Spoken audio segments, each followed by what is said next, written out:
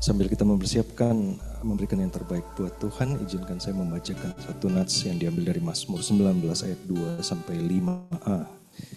Langit menceritakan kemuliaan Allah dan cakrawala memberitakan pekerjaan tangannya. Hari meneruskan berita itu kepada hari dan malam menyampaikan pengetahuan itu kepada malam. Tidak ada berita dan tidak ada kata, suara mereka tidak terdengar. Tetapi gema mereka terpancar ke seluruh dunia dan perkataan mereka sampai ke ujung bumi. Ketika Daud mengagumi semesta ciptaan Allah dalam Mazmur nan indah tadi, seperti inilah kira-kira kosmologi yang ia pahami. Dunia yang datar dan benda penerang langit berada di dalam naungan kubah raksasa yang di dalam teks aslinya dipakai kata rakia atau firmament. Dan kubah ini menahan samudra maha besar yang memberi langit warna birunya di siang hari.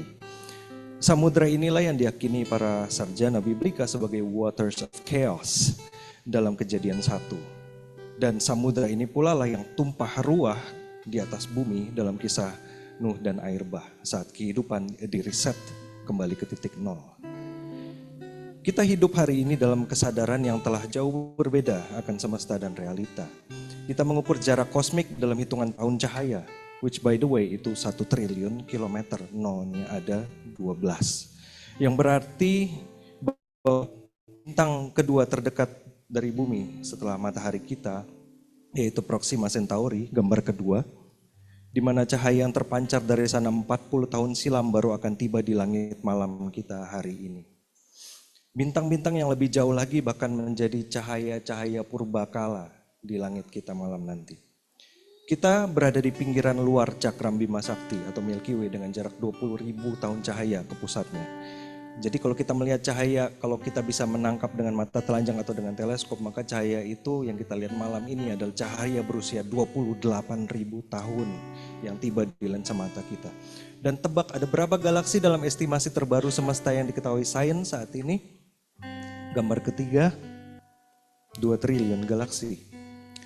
Sebagai gambaran, jika kita menghitung 1 hingga 1 juta dengan rate yang konstan seperti ini non-stop, 1, 2, 3, 4, itu akan selesai dalam 12 hari. Nggak terlalu lama. Tapi kalau kita menghitung 2 triliun, tebak berapa? 21.700 bukan hari, tahun. Masa hidup kita diulang 100 kali, tugas ini nggak akan selesai. Jadi bisa kita bayangkan betapa besarnya semesta kita dan itu pun yang kita tahu saat ini. Yang kata para ahli kurang dari 50%-nya karena ada dark matters dan lain-lain. Paradoksnya maka adalah seperti ini, makin berkembang pemahaman manusia, makin misterius dan tak terselamilah semesta dan realita. Manusia semakin jauh dari yang namanya total atau absolute certainty. Maka pertanyaan berikutnya adalah, dapatkah jika demikian kita memandang Allah dan pemahaman kita akan Allah secara lebih sederhana, seolah bisa tuntas, lengkap, ketimbang alam ciptaannya yang barusan kita lihat tadi. Bahkan sekalipun ketika ia terwahyukan di dalam firman yang tertulis. Inikah definisi kita saat kita menyatakan iman kita akan firman Allah sebagai kebenaran yang tidak bisa berubah? Hari-hari ini kita diperhadapkan dengan polarisasi yang semakin menjadi-jadi. Liberal versus konservatif, ortodoksi versus konstruktif, keselamatan itu anugerah atau keselamatan itu manunggal dengan karya. Bagaimana kalau kedua-duanya benar? Apakah keselamatan itu eksklusif karena Kristus atau keselamatan itu universal justru juga karena Kristus? Maka lewat berita Paskah hari ini, Kristus yang menderita, wafat dan bangkit ini yang kita tanpa mampu kita bisa elakkan, harus kita baca di dalam lensa kita, manusia abad 21 ini dengan CERN Hadron Particle Collider-nya, dengan quantum computing-nya, dengan James Webb Telescope-nya, dengan Parker Solar Probe-nya, lewat peradaban yang telah melalui era jelajah samudra, wabah, pandemi berulang kali, revolusi industri, revolusi teknologi, revolusi informasi, 2 perang dunia. Tidakkah berita Paskah akan termaknai dengan lebih bijaksana, dengan relevan, dengan lebih bernyawa, dan bahkan tegak lurus dengan tuntunan Roh Kudus, sang kebenaran jika Injil itu, kabar baik itu, kemuliaan Allah yang dipuisikan Daud tadi, membawa kita tidak berhenti hingga pada tingginya pengetahuan. Tidak stop pada kemenangan dalam perdebatan.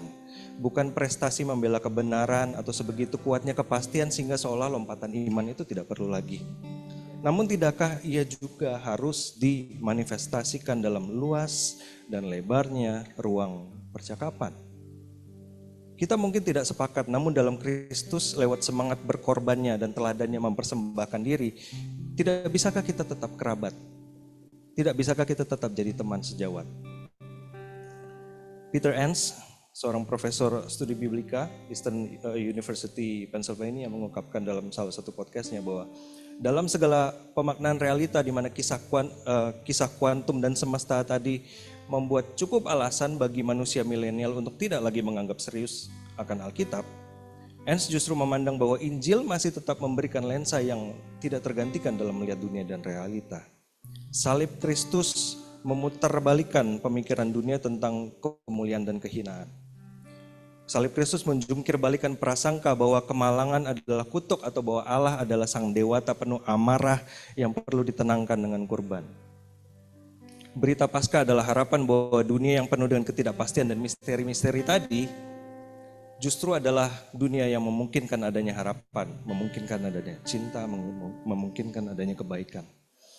Maka sambil kita mempersiapkan yang terbaik dari hati kita bagi Tuhan, mari kita menyadari bahwa Allah memanggil kita tidak berhenti pada pemberian sebagai dimensi kebenaran dan kekuatan, namun sejatinya untuk menumbuhkan dan menubuhkan pengorbanan Kristus yang membawa keselamatan. Maka Broken Saints, selamat memberi, kiranya Tuhan Yesus memberkati.